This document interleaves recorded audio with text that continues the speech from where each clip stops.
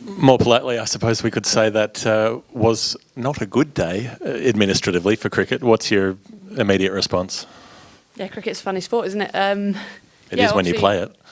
Obviously frustrated. There was no chance of us getting out today, I don't think. Obviously the weather's cost us. Yeah, we're just gutted we didn't have the chance to obviously fight for a place in that final. There's not a lot we can do. We obviously lost that first game against South Africa, which ultimately cost us, but our aim was to make the semi-finals and then hopefully play our best cricket towards then, and obviously we've had that chance taken away from us. Not having a reserve day, that's in the playing conditions, but the ECB signed off on those, every other competing board signed off on those. Do you need to have some conversations with people when you get home about why they can't look at the detail in the playing conditions for obvious mistakes like that? Oh, look, it was the rules obviously everyone signed up to. You'd hope now that obviously there's been this situation and the game tonight is potentially going to be rained off as well. You'd hope now that there's going to be a rule change, and moving forward, no other team will have to obviously experience going out of a World Cup on a rain, or purely because of rain. So yeah, hopefully it changes, but obviously for us we're just frustrated that it's come to this. And you'd be quite emotional in your team room. You've put a couple of years into building up towards this event, and then to not actually be able to contest it. Yeah, obviously it's gutting. You put in a lot of hard work. You want to have the chance to showcase your skills and show that you can perform on the biggest stage, and obviously in knockout games in World Cups there's no bigger stage than that. So yeah, obviously we're gutted. There's not a lot we can do about it, unfortunately. It is what it is. We're just going to have to sort of rue that first game and try and move on, but it's going to be a bitter pill to swallow, I think, for a few of us for a while. Heather, I understand that part of it is a short turnaround between the Thursday and Sunday, apparently. As a player, I take it you wouldn't have any issue playing a semi-final on a Friday and a final on Sunday, even if you have to travel between?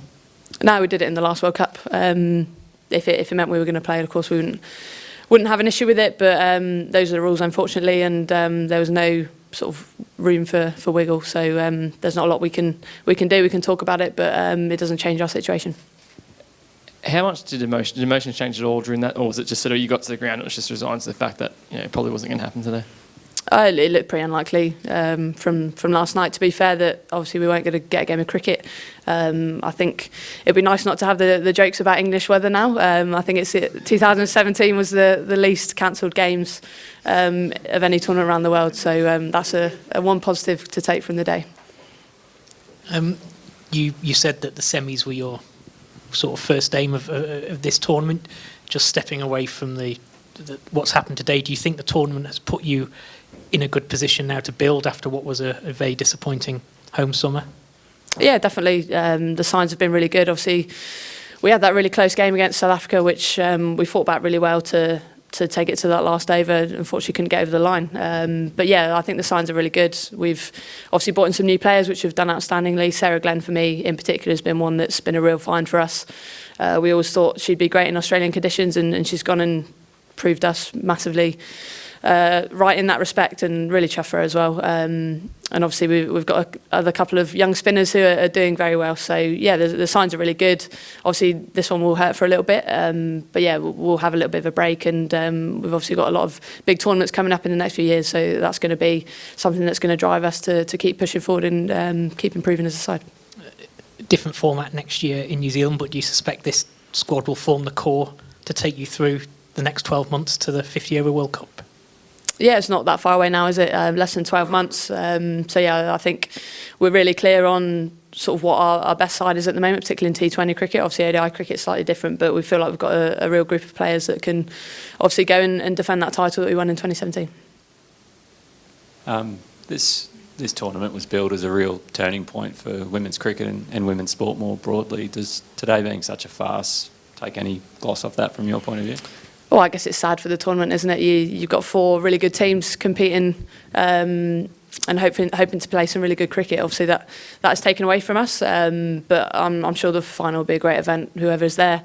Obviously, we don't know the result of the second game, but it's not looking likely either. But I think it's going to be a great sort of day and game for the sport as a general, and yeah, I'll be there as a fan. Obviously gutted we won't be there as players, but I think it has been a brilliant tournament, so that's obviously made it even more of a shame that we obviously lost today. This tournament has often been about legacy for women and girls in cricket. Am I right in saying you offered some equipment to some young spectators after the game? Can you talk us through that? Yeah, the bat was pretty shot actually, so I'm not sure they'll be the best pleased with it. The handle's nearly hanging off. But I think the tournament's been outstanding. Obviously, the way it's been publicised, the amount of press it's got, the amount of young girls and boys that have sort of seen cricket for girls as an equal billing to the boys, which has been outstanding. So obviously today is disappointing, but it won't take too much shine off where the sport has gone, and you see if the money's putting into publicising it and putting it out there that people do want to come watch it. Heather, you mentioned in the most unambiguous terms that none of your teammates would ever engage in running a non-striker out, backing up. Looking back at that South Africa game, do you think that dismissal or the non-dismissal cost you the World Cup? No. Next question.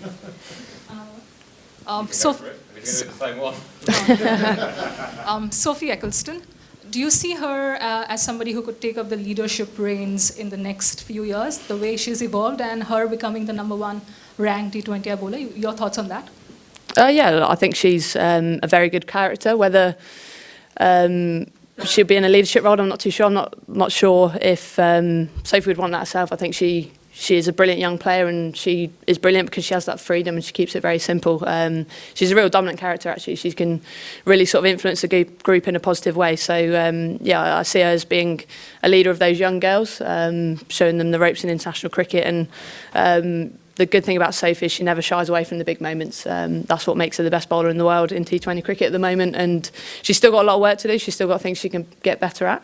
And I'd like to see her getting up the order in a few years as well. So, yeah, she's still got a lot to work on in that respect. But, yeah, she's a leader in the group already, and hopefully that continues.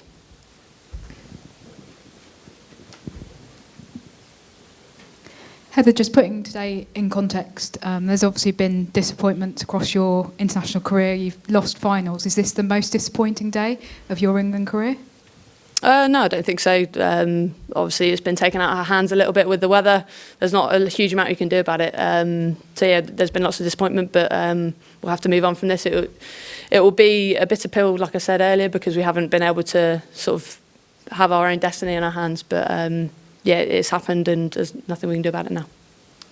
Harmanpreet Kaur said after the game that India had kind of talked about the possibility of a semi-final washout and had therefore gone into the group stages thinking, right, we need to win every game. Was that something you talked about as an England team? No, Harman must have got a crystal ball out, so I'll have to borrow that off her, I think, for the next tournament. No, you don't think about that. It's such a unique situation. So, yeah, no, we didn't discuss it. We just wanted to get to the semi-finals and win. We plan to try and win every game that we can.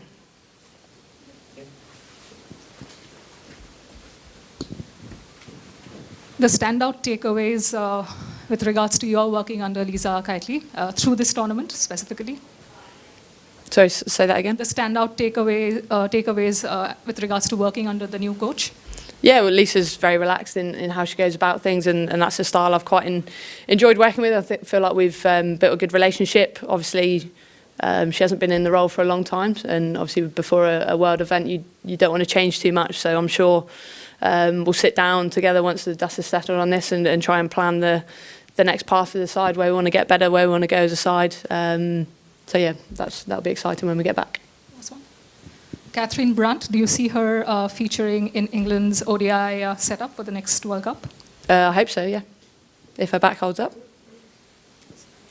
Cheers, guys. Thanks Cool. very much. Thank you. Great to see such a full room as well.